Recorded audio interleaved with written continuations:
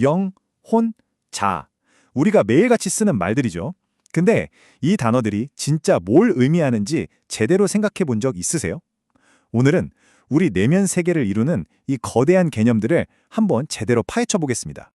보통 우리는 영혼이라고 붙여서 쓰거나 그냥 막 섞어 쓰잖아요. 근데 놀랍게도 말이죠. 수천 년 동안 사상가들은 이 둘을 아주 날카롭게 구분해 왔습니다. 그 미묘하지만 정말 결정적인 차이, 지금부터 함께 알아보겠습니다. 지금 우리가 겪는 이 혼란이 사실 새로운 건 아니에요. 이건 마치 오랜 세월 동안 여러 강물이 하나로 합쳐지면서 그 경계가 흐려진 것과 같다고 할 수 있어요. 수천 년에 걸쳐서 고대 언어와 철학이 번역되고 또 서로 섞이면서 원래 뚜렷했던 의미가 희석된 거죠. 자, 이 복잡하게 얽힌 퍼즐을 풀려면요, 단서는 바로 그 시작점에 있습니다. 우리에게 내면 세계를 표현할 최초의 어휘를 선물했던 사람들, 바로 고대 히브리와 그리스 사상가들의 지혜로 한번 돌아가 보죠. 고대 히브리 사상을 보면요. 루아흐라는 말이 있어요. 이건 신으로부터 오는 보편적인 생명력, 그러니까 일종의 에너지 같은 개념입니다. 반면에 네페시는 살아있는 개체 그 자체를 말해요. 고유한 인격과 욕망, 감정을 지닌 바로 그 한 존재를 가리키는 말이었죠. 창세기에 나오는 이 묘사가 히브리적 관점의 핵심을 아주 잘 보여줍니다. 뭐냐면요, 인간은 몸 안에 혼이 들어있는 존재가 아니라는 거예요. 신의 숨결, 즉 루아흐로 생명을 얻은 몸 자체가 하나의 온전한 혼, 즉 네페시라는 거죠. 분리될 수 없는 통합된 존재, 바로 그겁니다.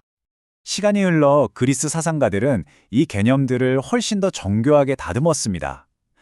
푸뉴마는 우리 안에 있으면서 신성한 영역과 연결되는 부분, 그리고 푸시케는 우리의 생각이나 감정, 그러니까 개별적인 마음이 자리한 곳을 의미하게 됐죠.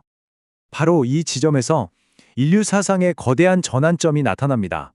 인간을 분리할 수 없는 하나의 전체로 보던 히브리적 관점에서 몸, 영, 혼이라는 별개의 요소들이 합쳐진 존재로 보는 그리스적 관점으로의 변화.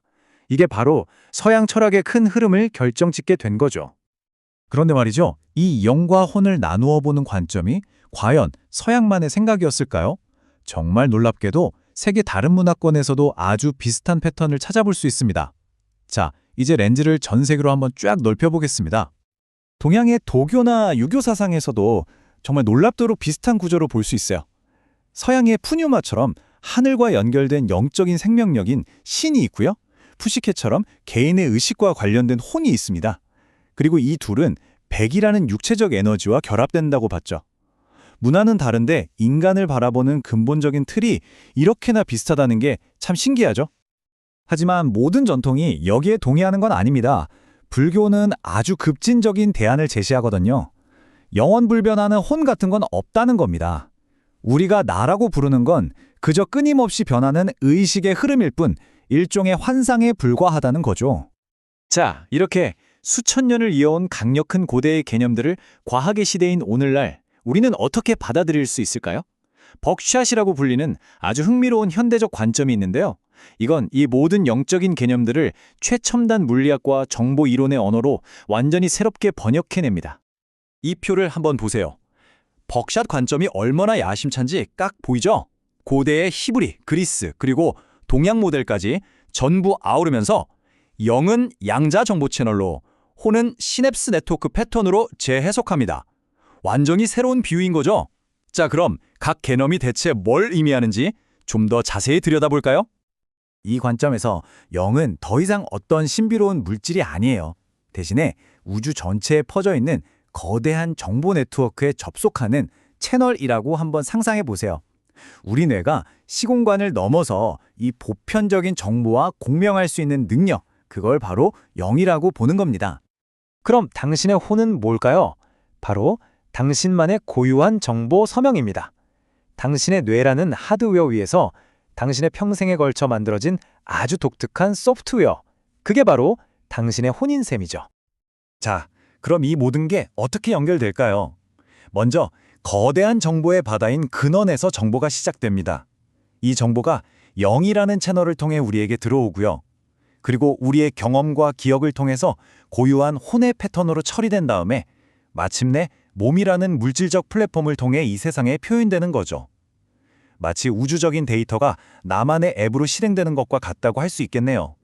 이 새로운 틀은 우리에게 궁극적인 질문에 대한 아주 흥미로운 렌즈를 제공합니다. 그 질문은 바로 우리가 죽으면 과연 어떻게 되는가 하는 것이죠. 탄생은 무에서 유를 창조하는 것이고 죽음은 모든 게 다시 무로 돌아가는 과정일까요?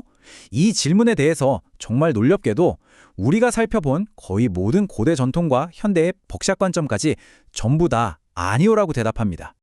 죽음은 끝, 즉 소멸이 아니라 전환이라는 겁니다. 고대의 관점에서는 우리를 이루던 요소들이 각자의 근원으로 돌아가는 과정이었고, 정보의 관점에서는 데이터가 한 플랫폼에서 다른 곳으로 이동하는 것과 같다고 볼 수 있습니다. 여기서 핵심적인 차이는 바로 비유에 있습니다. 부분들이 분리된다는 개념에서 정보가 이동한다는 개념으로 바뀌는 거죠. 당신의 고유한 패턴, 즉 당신의 혼이 사라지지 않고 보존돼서 어쩌면 생원 플랫폼에서 다시 실행될 수도 있다는 가능성을 열어두는 겁니다. 결국 이 모든 여정을 통해 우리는 모호했던 단어들을 명확한 구조로 정리하게 됩니다.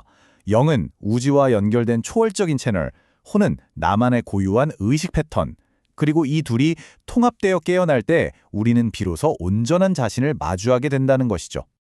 자, 마지막으로 여러분께 질문 하나를 남기고 싶습니다.